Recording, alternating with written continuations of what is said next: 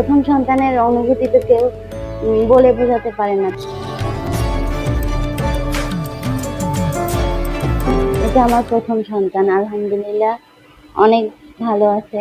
প্রথম সন্তানের অনুভূতি তো কেউ বলে বোঝাতে পারে না। তারপরেও বলি যে সবাই কেয়ার করতেছে, স্বামী, শ্বশুর, শাশুড়ি সবাই, নিজের মাও কেয়ার করতেছে, অনেক ভালো লাগতেছে।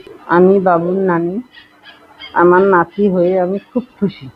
আমার দ্বিতীয় মেয়ের প্রথম ছেলে, সেই খুশি। আলহামদুলিল্লাহ প্রথম বাচ্চা সুস্থভাবে হয়েছে, মাশাআল্লাহ অনুভূতি খুব ভালোই লাগছে। আর আমার বাচ্চাকে আমি হাফেজ বানাবো, আপনারা সবাই একটু দোয়া করেন। আমি মিরপুরে জব করি, আমার বাসা হচ্ছে সৈয়দপুর গোলাহাট।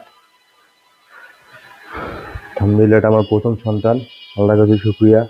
আমার ইচ্ছা আছে আমি আমার সন্তানকে হাফেজ বানাবো, ইসলামিক লাইনে পড়াশোনা করাবো।